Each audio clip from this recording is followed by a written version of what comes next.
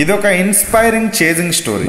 గుర్రంతో ఎద్దు తలబడితే ఎలా ఉంటుంది? స్పీడ్ కి స్ట్రెంత్ కి రైవలరీలా అప్పటికే ఇటలీలో ఆటోమొబైల్ ఇండస్ట్రీలో అగ్రస్థానంలో ఉన్న ఫెరారీకి ఒక సాధారణ రైతు బిడ్డ సవాల్ విసిరి బెస్ట్ డిజైన్డ్ లగ్జరీ కార్స్ ని ప్రపంచానికి అందించాడంటే ఆ అసాధారణ వ్యక్తి యొక్క ఆటోమోటివ్ ఎక్సలెన్స్, కాంపిటేటివ్ స్పిరిట్ ఇంకా ఇంజనీరింగ్ స్కిల్స్ ఎలాంటివో అతని ఆలోచనకి, అతని గెలుపుకి, ప్రతి మలుపుకి కారణం. తన రహస్యం ఏమై ఉంటుందో తెలుసుకుందామా?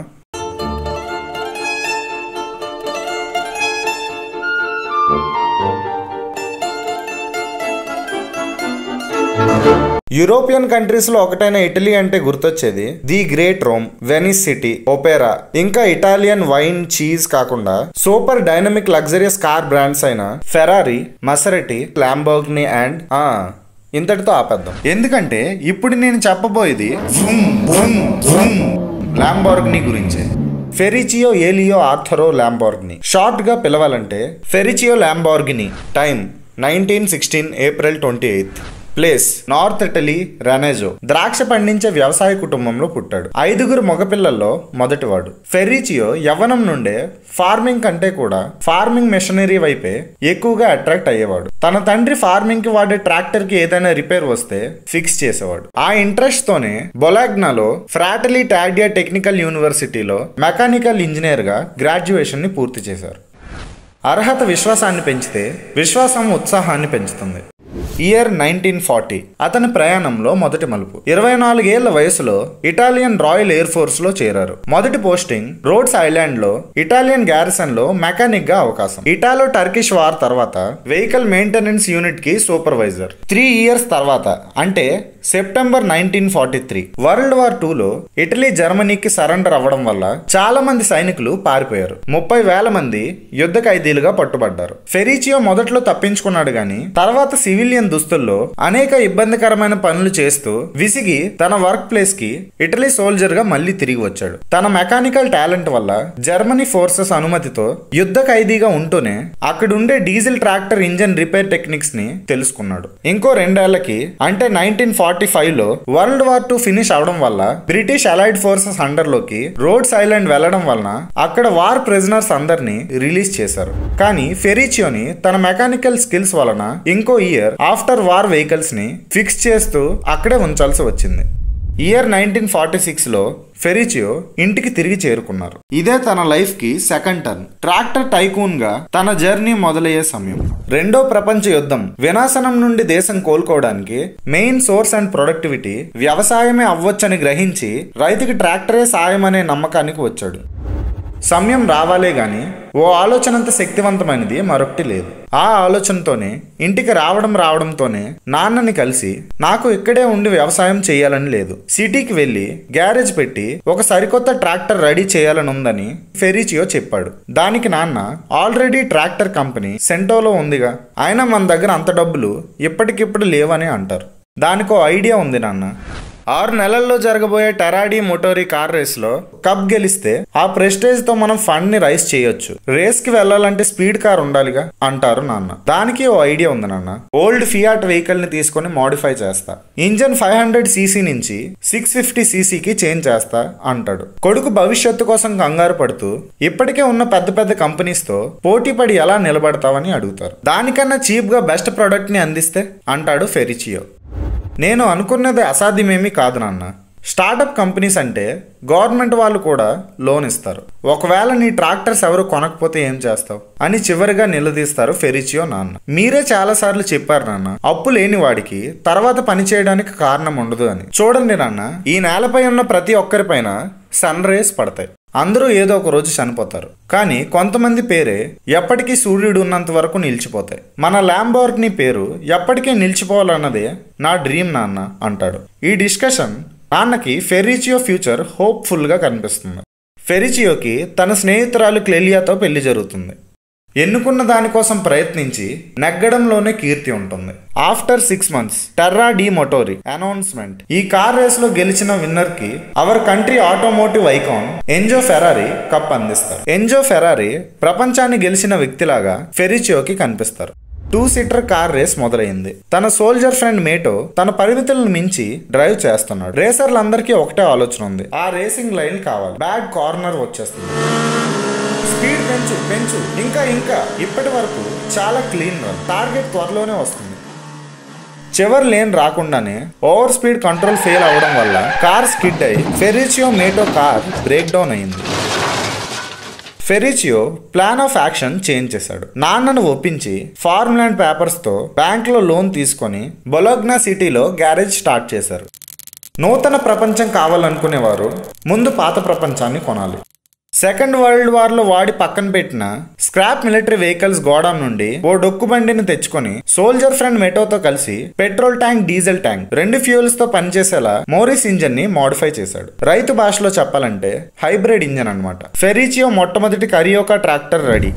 ఏం చెప్పాడో అది చేసి నాన్నకు చూపించాడు. ఫెరిచియో 2 ఏళ్ల వివాహ బంధంలో స్పీడ్ బ్రేక్ పడింది. గ్యారేజ్ పనుల్లో బిజీగా ఉంటూ భార్యకి అందుబాటులో లేనప్పుడు నిండు గర్భిణితో ఉన్న క్లెలియా బాబుని కని చనిపోయింది. చిన్నారి టొనినోని తండ్రికి అప్పగించి డైరెక్ట్ గా బ్యాంక్ కి వెళ్లి 1000 ట్రాక్టర్స్ ప్రొడక్షన్ కి ఫండింగ్ కి లోన్ తీసుకున్నాడు. ప్రొడక్షన్ స్టార్ట్ చేసే ముందే సోల్జర్ ఫ్రెండ్ అండ్ సపోర్టర్ అయిన మేటో కూడా దూరమయ్యాడు. కారణం మేటో ప్రేమించిన Anita Borgatti Ferruccio second marriage చేసుకోవడం.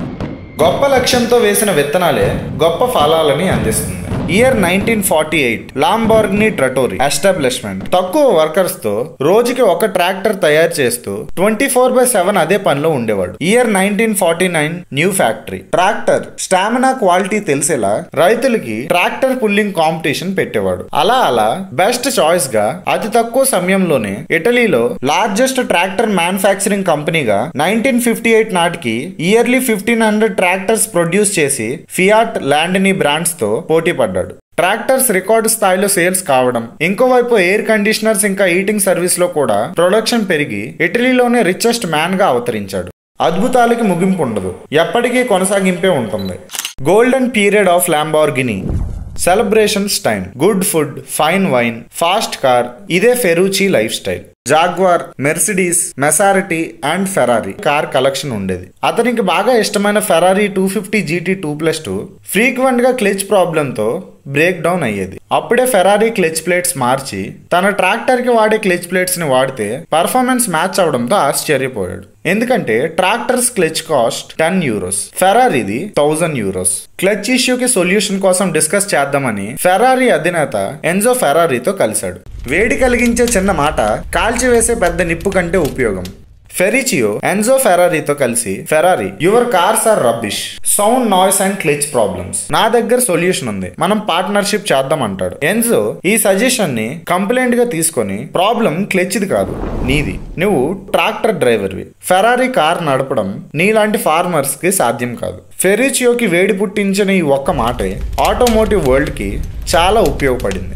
Yes, I am a farmer, but I will show you how a sports car should be. Biggest car manufacturing magnate తోనే challenge చేశాడంటే Ferruccio strength, straight forwardness ఏంటో అర్థం చేసుకోవచ్చు.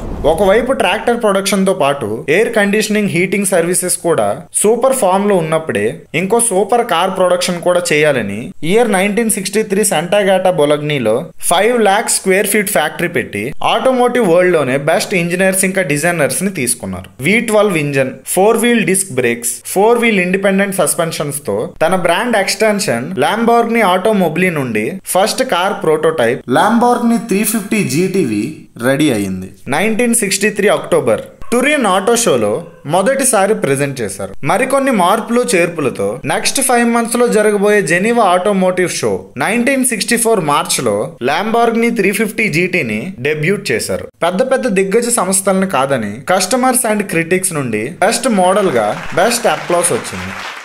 ఆ రోజు Enzo ఫెరారీకి ఫెరిచియో సాధారణ tractor driver గా కనబడలేదు. Ferruccio Lamborghini farmer but also a mechanical genius capable of building super cars అని నిరూపించారు.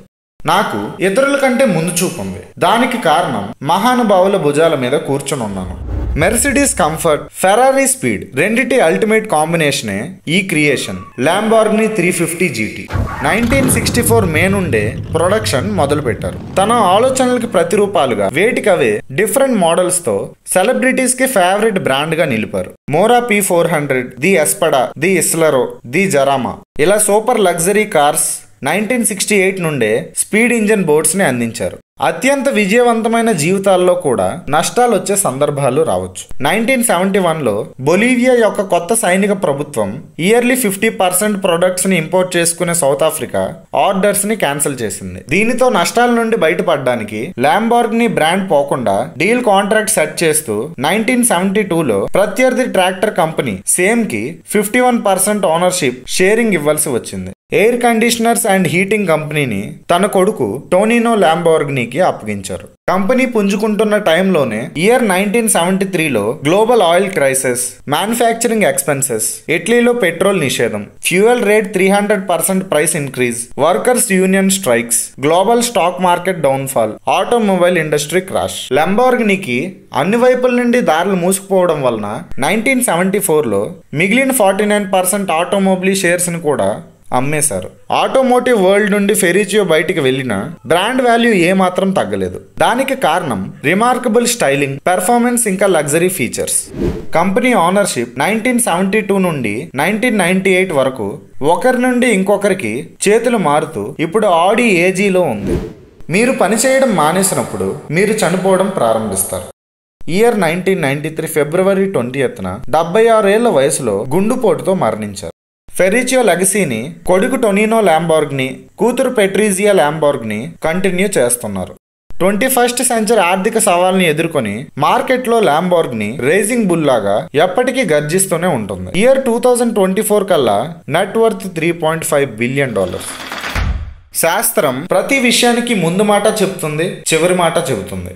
అదే సైనికుడిగా, మెకానిక్ గా, ఆటోమొబైల్ డిజైనర్ గా, ఇన్వెంటర్ గా, ఇండస్ట్రియలిస్ట్ గా, బిజినెస్ మ్యాన్ గా, వైన్ మేకర్ గా, వృత్తి ఏదైనా ఎప్పటికప్పుడు కొత్తదనం కోసం తాపత్రయపడడమే ఫెరిచియో విజయ రహస్యం. ఫెరిచియో ల్యాంబోర్గినీ ఈ పేరు శానా ఏళ్ళు యాదవ్.